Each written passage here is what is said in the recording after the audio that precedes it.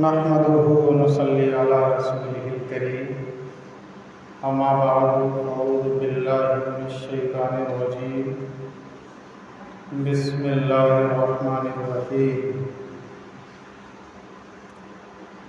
صدق اللہ العظیم وصدق رسوله النبی الامین الکریم ونحن على ذلك لمن الشاہدین والشاکرین والحمد للہ رب العالمین۔ پھر درود پاک پڑھ لو، اللہم صلی علی سیدنا و مولانا محمد بارک وسلم صلو علیہ صلاۃ و سلام علیک یا رسول اللہ یا نبی اللہ یا حبیب اللہ۔ قبل عرض معروض نعتیہ دیوان کی چند شعر قادر و چند لاکھ حضرات کی سماعتوں کے حوالے۔ کاش میں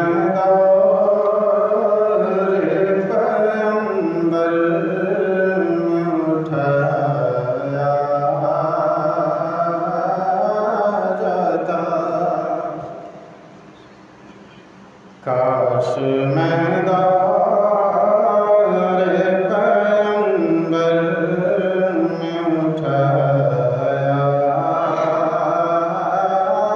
جاتا، کاش میں دور پیغمبر میں اٹھایا جاتا،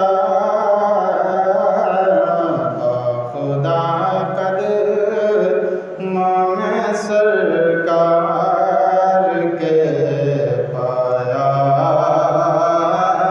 جاتا،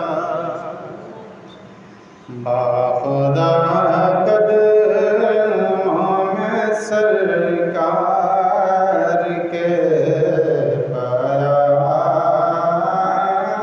جاتا، اور خاک ہو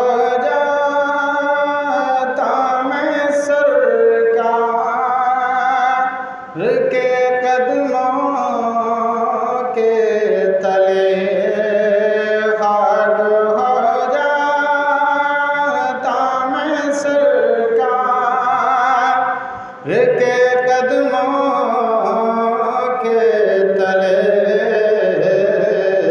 اور خاک کو خاک کے مدینہ میں ملایا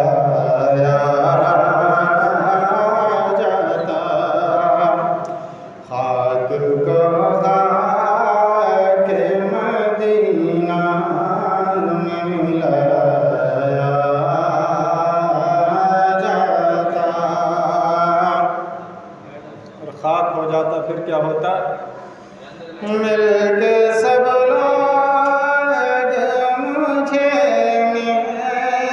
مٹی سے گارا کرتے، مل کے سب لوگ مجھے مٹی سے گارا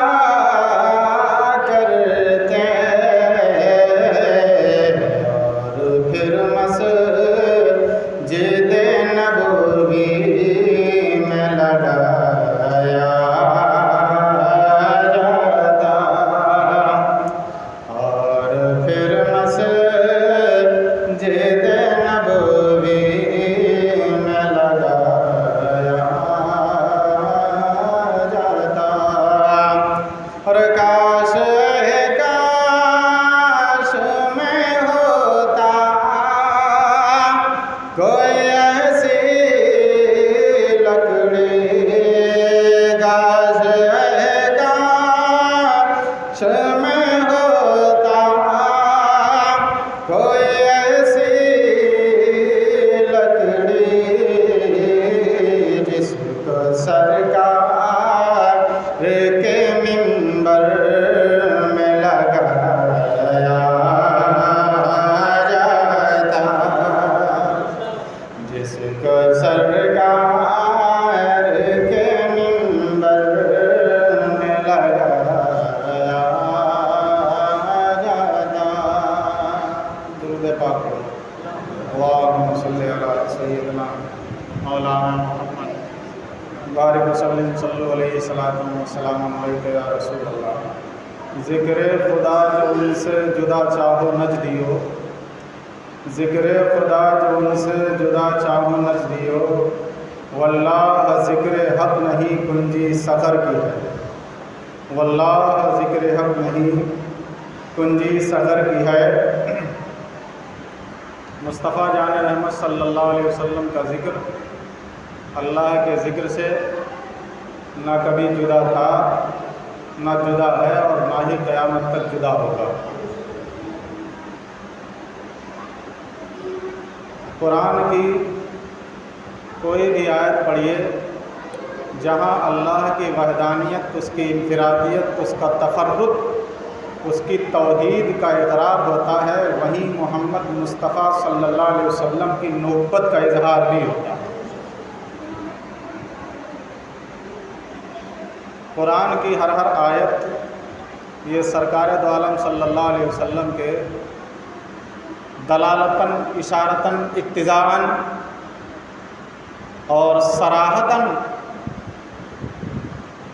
نبی پاک کے ترانے اور گیت گاتی نظر آتی ہے۔ امام عشق محبت سیدی اعلیٰ حضرت نے فرمایا ہے، اے رضا خود صاحب قرآن ہے مداح حضور، اے رضا خود صاحب قرآن ہے مداح حضور، تجھ سے کب ممکن ہے پھر مدحت رسول اللہ کی، تجھ سے کب ممکن ہے پھر مدحت رسول اللہ کی، اور لا و رب العرش جس کو جو ملا ان سے ملا، لا و رب العرش جس کو جو ملا ان سے ملا، بٹتی ہے کونین میں نعمت رسول اللہ کی، بٹتی ہے کونین میں نعمت رسول اللہ کی۔ خصوصاً پچھلے جمعے بھی بسم اللہ کے تعلق سے چند باتیں آپ حضرات کی گوش گزار کی تھیں، جن میں ایک واقعہ جو تفسیر کبیر حضرت خاتم المحققین علامہ فخر الدین رازی رحمۃ اللہ تعالیٰ علیہ کے حوالے سے بیان کیا تھا کہ سرکار نے ابو بکر صدیق رضی اللہ تعالیٰ عنہ کو اپنی انگشتری مبارک، انگشتری کہتے ہیں انگوٹھی کو، اسے عربی میں خاتم بھی کہا جاتا ہے، اور خاتم کا معنی مہر بھی آتا ہے، اور امم سابقہ میں، زمانے سابقہ میں جب کسی تحریر پر مہر لگانا مقصود ہوتی تھی تو انگشتری سے ہی مہر لگایا کرتے تھے۔ تو آپ نے ابو بکر صدیق کو انگشتری مبارک عطا فرمائی، اور پھر سارا واقعہ آپ نے بالتفصیل سنا، جس کو علامہ فخر الدین رازی نے تفسیر کبیر میں بسم اللہ کے تحت نقل فرمایا۔ اور غالباً کوئی ایسا فرقہ ہو شاید غیر مقلدین کو چھوڑ کر کے جو علامہ فخر الدین رازی کے علم و فضل، ان کی تحریرات کا قائل نہ ہو، وہ الگ چیز ہے۔ لوگ لا علمی کی بنیاد پر نکیر بھی کرتے ہیں، اعتراضات بھی کرتے ہیں۔ فَاعْتَبِرُوا یا اُولی الْأَلْبَابِ، اے عقل والو سوچو، پڑھو، دیکھو، سمجھو، تبھی جا کر کے تحریرات۔ اور جو اصحاب ظواہر ہیں وہ جناب والا اپنی عقل کے گھوڑے دوڑاتے رہتے ہیں، حتیٰ کہ عقل کے گھوڑے دوڑانے میں شریعت میں بعض اوقات پر وہ عقل کے گھوڑے اس جگہ پر پہنچ جاتے ہیں کہ جہاں گمراہی کے علاوہ کچھ ہاتھ نہیں آتا ہے، گمراہی کے علاوہ کوئی چیز ہاتھ نہیں آتی۔ اسی بسم اللہ کے تعلق سے آگے مفسرین نقل کرتے ہیں کہ اللہ رب العزت نے بسم اللہ کو با سے شروعات کی۔ با سے شروعات کرنے کی ایک وجہ آپ کو بیان کی تھی، عالم ارواح میں وعدہ لیا تھا، سب سے پہلا کلمہ بندوں نے بولا بلا، تو با سے شروع کیا۔ جب قرآن کی ابتدا ہوئی تو قرآن کی ابتدا بھی با سے کی گئی، تاکہ وہ عہد یاد آ جائے، وہ وعدہ یاد آ جائے جو ہم نے اور آپ نے عالم ارواح میں اللہ سے کیا تھا۔ دوسری وجہ یہ بتائی کہ اللہ رب العزت کے بہت سے نام ایسے ہیں جو با سے شروع ہوتے ہیں، بر ہے، بار ہے، بصیر ہے، باری ہے، یہ سب اللہ رب العزت کے اسماء صفاتیہ ہیں، صفاتی نام ہیں کہ جو با سے شروع ہوتے ہیں۔ تو گویا کہ اللہ کے کلام کو با سے، الف با یعنی با سے شروع کرنا، یہ اس بات کی طرف بھی مشیر ہے کہ اللہ رب العزت کے اکثر جو ہے کیا کثیر تعداد میں نام با سے شروع ہوتے ہیں، اس لیے قرآن کی ابتدا بھی با سے ہوئی۔ اگلی توجیہ بیان کرتے ہوئے مفسرین فرماتے ہیں کہ پھر اللہ نے بسم اللہ کو کیسے شروع کیا؟ بسم اللہ، اگر شروع ہوتا تو یوں بھی ہو جاتا باللہ الرحمن الرحیم، اس کا بھی معنی یہی ہے اللہ کے نام سے شروع، اور بسم اللہ الرحمن الرحیم اس کا بھی معنی یہی ہے اللہ کے نام سے شروع، لیکن بسم اللہ کہا گیا، بسم اللہ الرحمن الرحیم، اسم لایا گیا اللہ کے نام سے پہلے، اسم لایا گیا اللہ کے نام سے پہلے، تو کہتے ہیں باللہ کیوں نہیں کیا گیا جو ڈائریکٹ اللہ رب العزت کا نام آ جاتا، اللہ کا نام ڈائریکٹ آ جاتا، باللہ کیوں نہیں کہا گیا، بسم اللہ کہا گیا، یعنی اللہ کے نام سے پہلے ایک لفظ اور آ گیا جسے ہم اور آپ اسم کہتے ہیں، توجہ کیا کہتے ہیں، اسم کہتے ہیں، تو اسم آ گیا، تو اسم سے شروعات کیوں ہوئی، باللہ کیوں نہیں کہا گیا، تو کہتے ہیں جب بندہ بسم اللہ پڑھتا ہے تو بندے کی ابتدائی حالت ہوتی ہے، جب کسی بھی عبادت کے شروع میں وہ اللہ کا تذکرہ کرتا ہے، اللہ کا نام لیتا ہے، تو اس کی ابتدائی حالت ہوتی ہے، اور ابتدائی حالت میں حکم یہ دیا گیا کہ پہلے رب کے نام تک پہنچ، اس کے بعد ذات تک پہنچنا، پہلے اس کے نام تک پہنچ، اس کے بعد ذات تک پہنچنا، اور یہ اس بات کی طرف بھی مشیر ہے کہ جس طرح اللہ رب العزت کی ذات مبارکہ سے برکتیں حاصل کی جاتی ہیں، اسی طرح اس کے نام سے بھی برکتیں حاصل کی جاتی ہیں، اسی طرح اس کے نام سے بھی برکتیں اور رحمتیں حاصل کی جاتی ہیں۔ درود پڑھو، اللہم صلی علی سیدنا و مولانا محمد بارک وسلم، صلو علیہ صلاۃ و سلام علیک یا رسول اللہ یا نبی اللہ یا حبیب اللہ۔ اور عربی قواعد کے اعتبار سے جو لوگ عربی قواعد خواندہ ہیں ان کا عالم یہ ہے کہ وہ جانتے ہیں کہ با جو ہے کیا وہ آتا ہے ملانے کے لیے، توجہ دیں، اگر عربی قواعد میں دیکھو گے تو کہیں گے الباء للالصاق، جس کا معنی آتا ہے ملانا، اس کا معنی کیا آتا ہے، ملانا آتا ہے، تو گویا کہ بندہ ملنا چاہتا ہے تو ذات تک ڈائریکٹ نہیں پہنچا جا سکتا، جناب والا ماشاء اللہ، جناب حاجی رفیق صاحب نے 7,000 روپے جو ہے کیا ہے وہ مدینہ مسجد کے لیے وقف کیے، اللہ رب العزت ان کے جملہ حاجات و مقاصد کو پورا فرمایا۔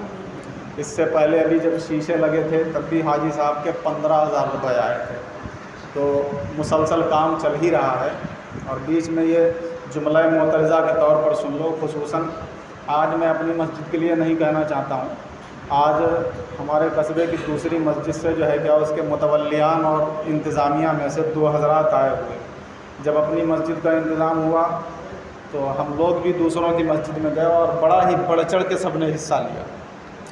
تو میرا نظریہ یہ ہے کہ حتی المقدور آپ زیادہ سے زیادہ لائے ہوں تو زیادہ سے زیادہ کیجیے، نہ لائے ہوں تو بعد جمعہ لائیے، کیونکہ کوئی بھی مہمان آپ کے دروازے پر آیا ہے وہ محروم نہیں جانا چاہیے، اور جتنا وہاں سے لے کر کے آئے ہم امید کرتے ہیں اپنے محلے سے اس سے زیادہ ہونا چاہیے، اس سے کم نہیں ہونا چاہیے۔ تو زیادہ سے زیادہ ابھی یہ حضرات وقت مقررہ پر آپ سبھی حضرات کے سامنے جھولی لے کر کے پہنچیں گے، یا جھولی لے کر کے نہیں، بعد جمعہ جیسا بھی زیادہ سے زیادہ ہو سکے 500 روپے میں بھی انشاءاللہ میں اعلان کرتا ہوں میں دوں گا، اور یہ بطور تفاخر اور فخر نہیں ہے، یہ بطور تشجیع اور شوق دلانے کے لیے ہے کہ میں جو ہے کیا ہے فخریہ طور پر نہیں کہتا، اللہ رب العزت ہم سب کو جو ہے کیا تفاخر و ریا و سمعہ سے محفوظ فرمائے۔ درود پاک پڑھ لو، اللہم صلی۔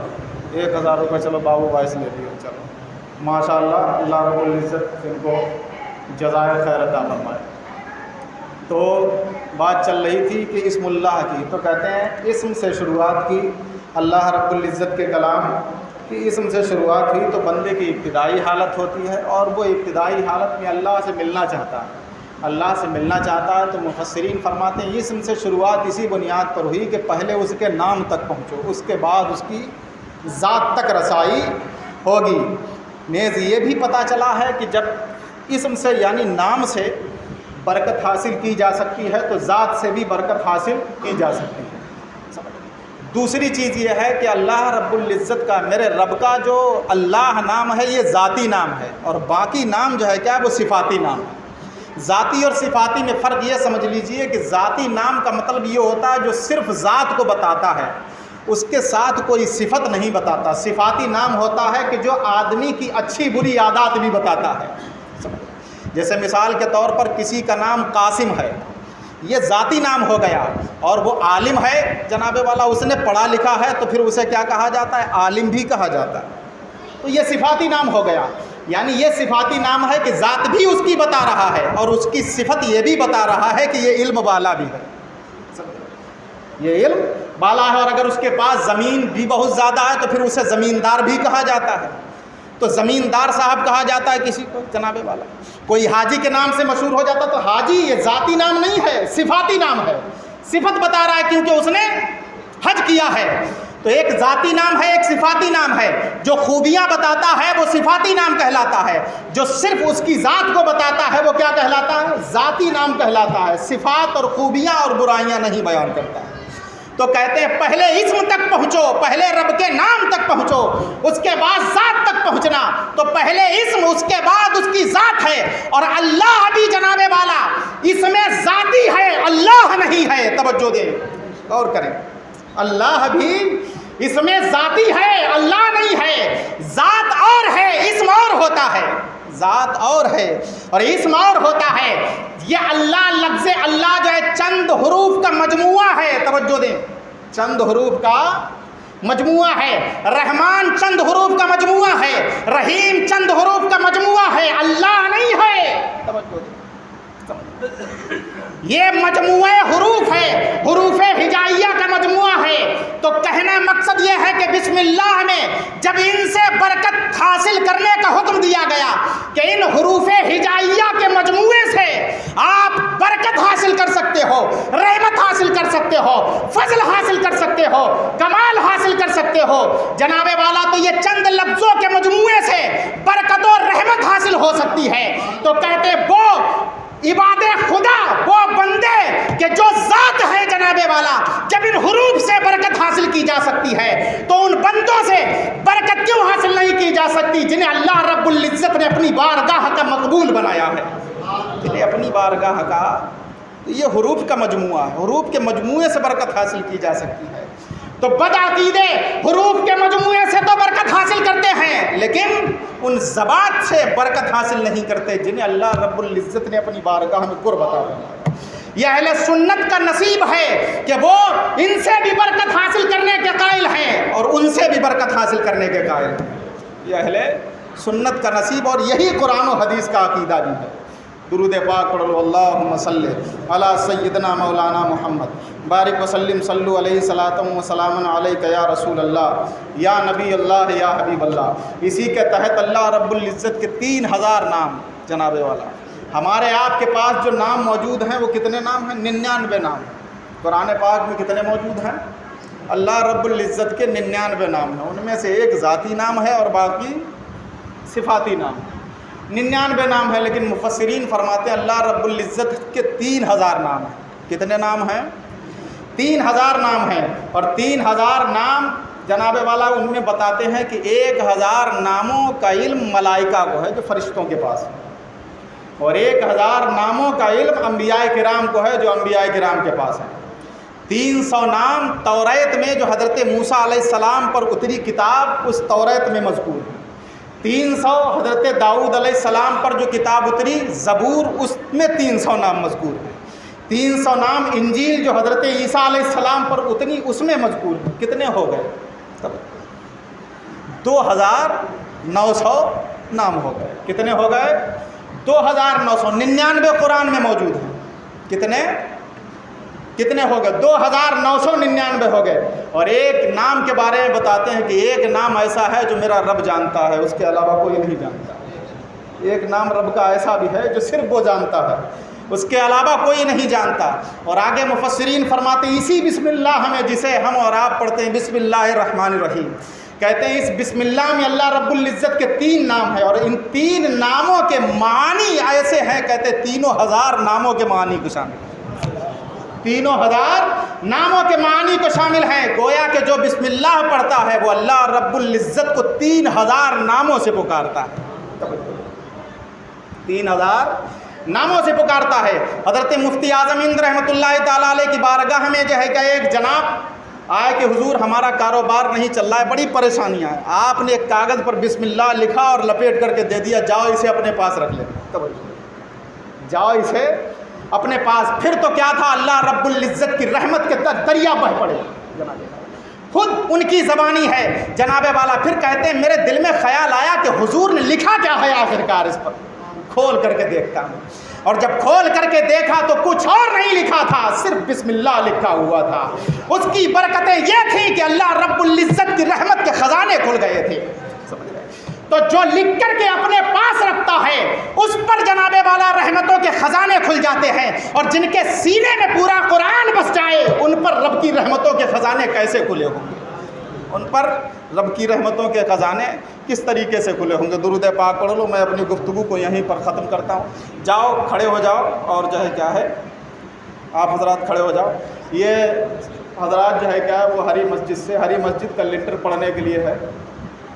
آپ سبھی حضرات سے میری پرخلوص گزارش ہے، چونکہ اپنے یہاں کام ہوا تو ساری مسجدوں میں جو ہے کیا ہے وہ گھمائی ہوئی، اور جو ہے کیا سبھی لوگ زیادہ سے زیادہ 10 روپے میں ٹرکانے کی کوشش نہ کریں. آپ حضرات جیب میں نہ ہوں تو ابھی بعد نماز جمعہ جو ہے کیا لا کر کے آپ، کیونکہ بڑا کام ہے. جس طرح ہمارا آپ کا یہ چھت تقریباً 6 لاکھ میں پڑی ہے اور 2600 فٹ ہے.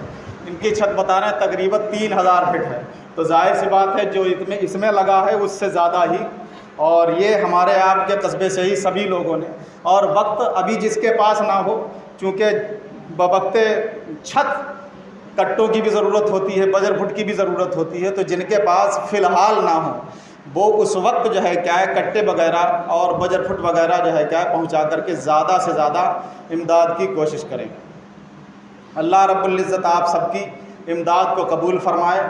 پھر میں بتا دوں حضرات گرامی، بڑے شد و مد کے ساتھ جب ہمارے آپ کے یہاں سے گئے تو بڑے ہی ادب و احترام کے ساتھ ان لوگوں نے ہمارے یہاں کے لوگوں کو لیا، اور بڑے ہی حسن اخلاق کے ساتھ جو ہے کیا مسجد کے لیے تعاون کرایا.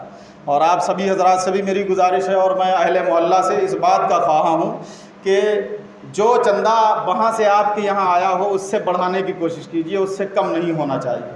سبھی حضرات زیادہ سے زیادہ دیں. جو نہ لائے ہوں وہ بعد نماز جمعہ جو ہے کیا ہے اپنے گھر سے لا کر کے دیں. 100 200 50 500 جس کی بھی جیسی حیثیت ہو وہ امداد کیجیے. سارے قصبے کی جتنی بھی مسجدیں ہیں وہ سب آپ کی ہیں، ہماری ہیں. ایسا نہیں کہ آپ جس محلے میں رہ رہے ہو اور جس میں پڑھ رہے ہو وہی مسجد آپ کی ہے، بلکہ قصبے کی جتنی مسجدیں، اور جتنی مسجد کیا زمین پر جتنی مسجدیں ہیں سب اللہ کی ہیں، اللہ والوں کی ہیں، جو اللہ کو مانتے ہیں. جو بھی اس تعلق سے دیکھ لیجئے کہ کوئی فراڈ نہ ہو. اگر واقعی اللہ کے نام پر لے جا رہا ہے تو اسے جو ہے کیا حتی المقدور اپنی قدرت کے مطابق زیادہ سے زیادہ دینے کی کوشش کیجیے. اللہ رب العزت آپ کے تعاون کو قبول فرمائے اور ہم سب کو جزائے دارین عطا فرمائے.